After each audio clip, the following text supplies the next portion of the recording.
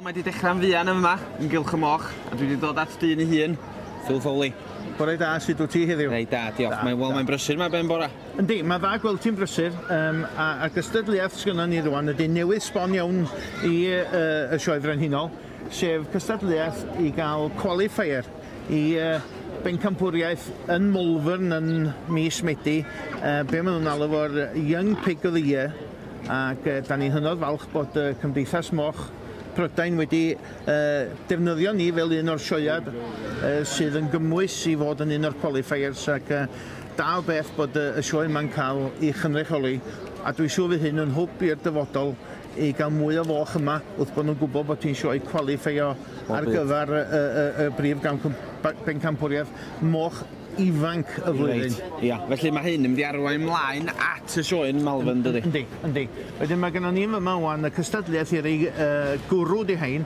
Mae gennym ni fochyn y Gloucester Old Spot, fel welwch chi'r rocyn efo'r gwall lliwgar, yn amlwg yn dod o Sir Fôn. Mae nhw wedi dod o Wlad yr Ha. Mae gennym ni'r mochyn gwyn efo'r clistiau tu fyny, mochyn mawr gwyn, yr large white fel gelwyr o, a mae hwnna wedi dod o Arbeth yn Sir Benfro. Mae gennym ni fochyn saddleback hefyd o Arbeth yn Sir Benfro. A mae'r mochyn y du efo'r traed gwyn a'r trwyn gwyn wedi dod yma o Gwm Bran. Felly mae gennym ni 4 bryd hollol wahanol. Be fydd y beirniad yn chwilio amdano fo ydy'r mochyn yn cymryd i'r rhinweddau pwysica ydy na cofio na mond ers y cyntaf o Ionawr eleni maen nhw wedi geni. Ia, tad. So felly moch ifanc ydy heina, maen nhw'n danos i ddechrau i maint, ond wrth gwrs mae'r saddleback neu weld yn un mawr, dydy? Yndi, mae nhw wedi tyfu, mae'n fochyn reit stretchy fel sa chi'n deud, ond yna fochyn bach Berkshire del iawn. Mae yna 4 mochyn del i ddweud gwertha chi.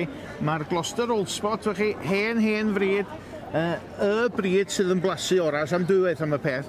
Diolch yr un mwyaf gwyllt am ei dyfiant, ond mae o'n eithriadol am ei flasu. So mae gennym ni yr Gloucester Old Spot, dwi fy hun yn bersonol yn ei licio. Mae gennym ni y Berkshire fel o'n i'n dweud sy'n un del, a mae'n bwysig iawn efo'r mochyn y bryd Berkshire. Mae gennych chi 4 troed wen, pwt i'r gwmffon yn wyn a'i drwyn o wyn, a mae o'n sefyll allan y dda. Beirniad wrthi yn ei benderfyniad. Yndi, dwi'n credu bod o wedi gwneud i feddwl i fyny, mae o'n just cael rhyw ail gip olwg arnyn nhw. Mae'n gadael fo i weld reit glos at y mochyn Berkshire, ond fel o'n i'n dweud, mae o'n fochyn del, a eisiau bod y Gloucester ddim yn cyrraedd cwaith gystad ar Berkshire, ond dwi'n meddwl bod ti rhwng y ddau yna'n bersonol i ddweud y gwir. Yn beth sy'n efo'r mochyn Berkshire, mae bob dim yna yn dydi ac mae'n dwt.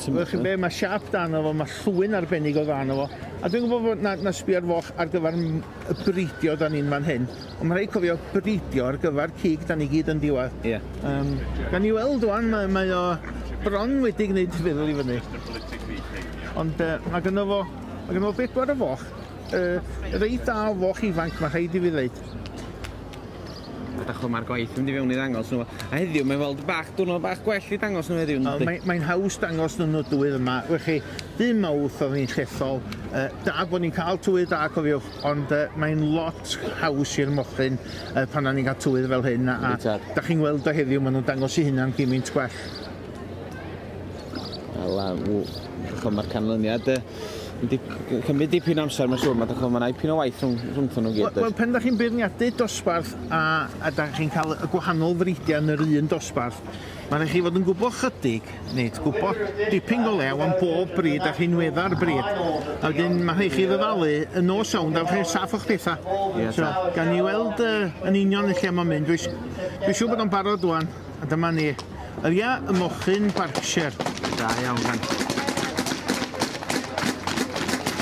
Wel, mae o mochyn del, a dwi'n meddwl bod yna ddyfodol i hwnna. Fydd hwnna'n ddau fydd yn bridio am flynyddoedd i ddod. A na ni weld hwnna sioe blwyddyn nesaf gobeithio. Phil, diolch yn fawr chi.